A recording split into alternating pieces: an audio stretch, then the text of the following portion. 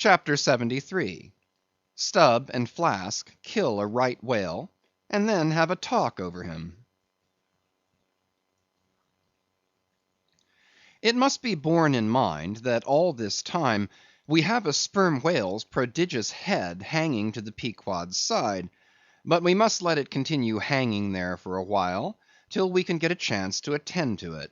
For the present other matters press, and the best we can do now for the head is to pray Heaven the tackles may hold.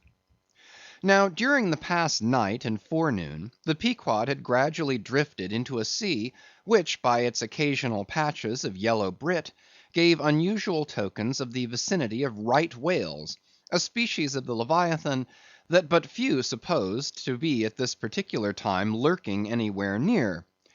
And though all hands commonly disdained the capture of those inferior creatures, and though the Pequod was not commissioned to cruise for them at all, and though she had passed numbers of them near the Crozetts without lowering a boat, yet now that a sperm whale had been brought alongside and beheaded, to the surprise of all, the announcement was made that a right whale should be captured that day, if opportunity offered.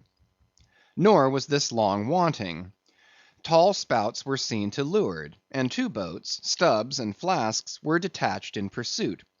Pulling further and further away, they at last became almost invisible to the men at the masthead. But suddenly in the distance they saw a great heap of tumultuous white water, and soon after news came from aloft that one or both the boats must be fast. An interval passed, and the boats were in plain sight, in the act of being dragged right towards the ship by the towing whale. So close did the monster come to the hull, that at first it seemed as if he meant it malice, but suddenly going down in a maelstrom, within 3 rods of the planks, he wholly disappeared from view, as if diving under the keel.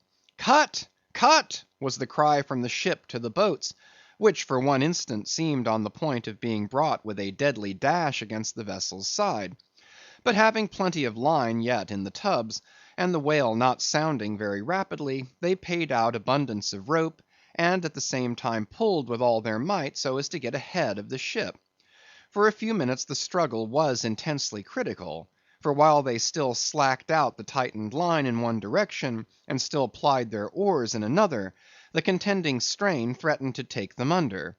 But it was only a few feet advance they sought to gain, and they stuck to it till they did gain it, when instantly a swift tremor was felt running like lightning along the keel, as the strained line scraping beneath the ship suddenly rose to view under her bows, snapping and quivering, and so flinging off its drippings that the drops fell like bits of broken glass on the water, while the whale beyond also rose to sight, and once more the boats were free to fly.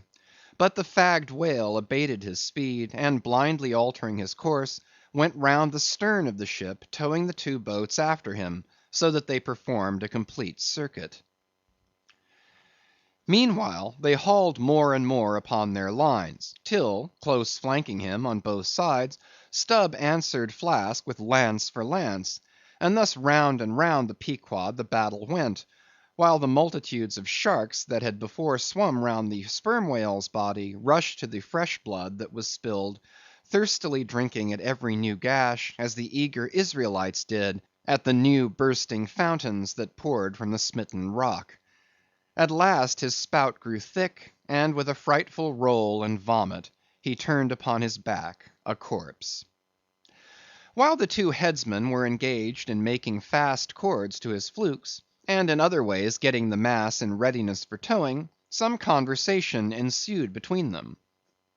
"I wonder what the old man wants with this lump of foul lard," said Stubb, not without some disgust at the thought of having to do with so ignoble a Leviathan. "Wants with it?" said Flask, coiling some spare line in the boat's bow. "Did you never hear that the ship, which but once has a sperm whale's head hoisted on her starboard side, and at the same time a right whale's head on the larboard, did you never hear, Stubb, that that ship can never afterwards capsize?" "Why not?" "I don't know, but I heard that gamboge ghost of a Fedallah saying so, and he seems to know all about ships' charms, but I sometimes think he'll charm the ship to no good at last. I don't half like that chap, Stubb. Did you ever notice how that tusk of his is a sort of carved into a snake's head, Stubb? Sink him.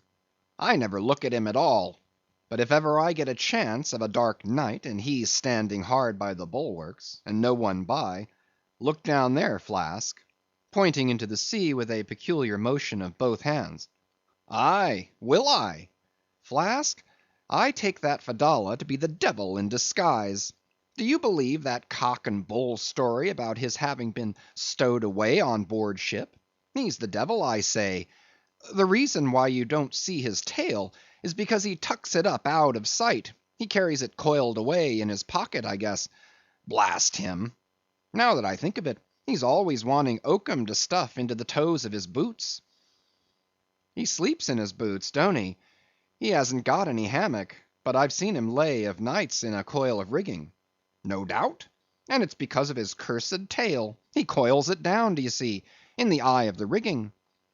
What's the old man have so much to do with him for? Striking up a swap or a bargain, I suppose. Bargain? About what? Why, do you see, the old man is hard bent after that white whale, and the devil there is trying to come round him and get him to swap away his silver watch, or his soul, or something of that sort, and then he'll surrender Moby Dick. Pooh, Stubb, you are skylarking. How can Fedallah do that? I don't know, Flask, but the devil is a curious chap, and a wicked one, I tell ye. Why, they say as how he went sauntering into the old flagship once, switching his tail about devilish easy and gentlemanlike, and inquiring if the old governor was at home. Well, he was at home, and asked the devil what he wanted. The devil, switching his hoofs, up and says, I want John. What for? Says the old governor. What business is that of yours? Says the devil, getting mad. I want to use him. Take him, says the governor. And by the Lord, Flask, if the devil didn't give John the Asiatic cholera before he got through with him, I'll eat this whale in one mouthful. But look sharp. Ain't you already there? Well then pull ahead, and let's get the whale alongside. I think I remember some such story as you were telling, said Flask, when at last the two boats were slowly advancing with their burden towards the ship. But I can't remember where. 3 Spaniards? Adventures of those 3 bloody-minded soldados? Did you read it there, Flask? I guess you did. No, never saw such a book. Heard of it, though. But now tell me, Stubb, do you suppose that that devil you were speaking of just now was the same you say is now on board the Pequod? Am I the same man that helped kill this whale? Doesn't the devil live forever? Who ever heard that the devil was dead? Did you ever see any parson wearing a mourning for the devil? And if the devil has a latchkey to get into the admiral's cabin, don't you suppose he can crawl into a porthole? Tell me that, Mr. Flask. How old do you suppose Fedallah is, Stubb? Do you see that mainmast there? Pointing to the ship. Well, that's the figure 1. Now take all the hoops in the Pequod's hold, and string along in a row with that mast for oughts. Do you see? Well, that wouldn't begin to be Fedallah's age. Nor all the coopers in creation couldn't show hoops enough to make oughts enough. But see here, Stubb, I thought you a little boasted just now that you meant to give Fedallah a sea toss if you got a good chance. Now, if he's so old as all those hoops of yours come to, and if he is going to live forever, what good will it do to pitch him overboard? Tell me that. Give him a good ducking, anyhow. But he'd crawl back. Duck him again, and keep ducking him. Suppose he should take it into his head to duck you, though. Yes, and drown you. What then? I should like to see him try it. I'd give him such a pair of black eyes that he wouldn't dare show his face in the admiral's cabin again for a long while, let alone down in the orlop there, where he lives, and hereabouts on the upper decks, where he sneaks so much. Damn the devil, Flask. So you suppose I'm afraid of the devil? Who's afraid of him? Except the old governor, who daresn't catch him and put him in double darbies, as he deserves, but lets him go about kidnapping people. Aye, and signed a bond with him, that all the people the devil kidnapped he'd roast for him. There's a governor. Do you suppose Fedallah wants to kidnap Captain Ahab? Do I suppose it? You'll know it before long, Flask. But I am going now to keep a sharp lookout on him. And if I see anything very suspicious going on, I'll just take him by the nape of the neck and say, Look here, Beelzebub, you don't do it.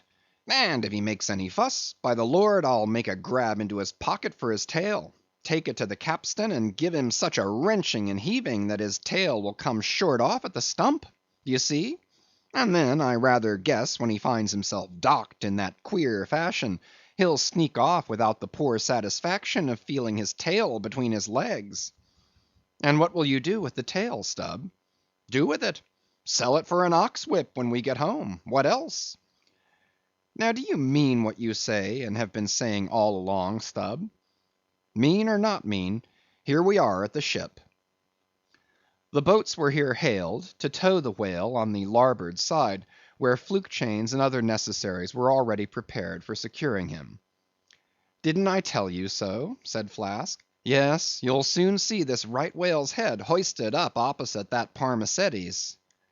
In good time Flask's saying proved true. As before, the Pequod steeply leaned over towards the sperm whale's head. Now, by the counterpoise of both heads, she regained her even keel, though sorely strained, you may well believe. So, when on one side you hoist in Locke's head, you go over that way, but now on the other side hoist in Kant's, and you come back again, but in very poor plight. Thus some minds forever keep trimming boat. Oh, you foolish, throw all these thunderheads overboard, and then you will float light and right. In disposing of the body of a right whale, when brought alongside the ship, the same preliminary proceedings commonly take place as in the case of a sperm whale. Only in the latter instance the head is cut off whole, but in the former the lips and tongue are separately removed and hoisted on deck, with all the well-known black bone attached to what is called the crown piece. But nothing like this in the present case had been done. The carcasses of both whales had dropped astern, and the head-laden ship not a little resembled a mule carrying a pair of overburdening panniers. Meantime, Fedallah was calmly eyeing the right whale's head, and ever and anon glancing from the deep wrinkles there to the lines in his own hand. And Ahab chanced so to stand that the Parsee occupied his shadow, while if the Parsee's shadow was there at all, it seemed only to blend with and lengthen Ahab's. As the crew toiled on, Laplandish speculations were bandied among them concerning all these passing things.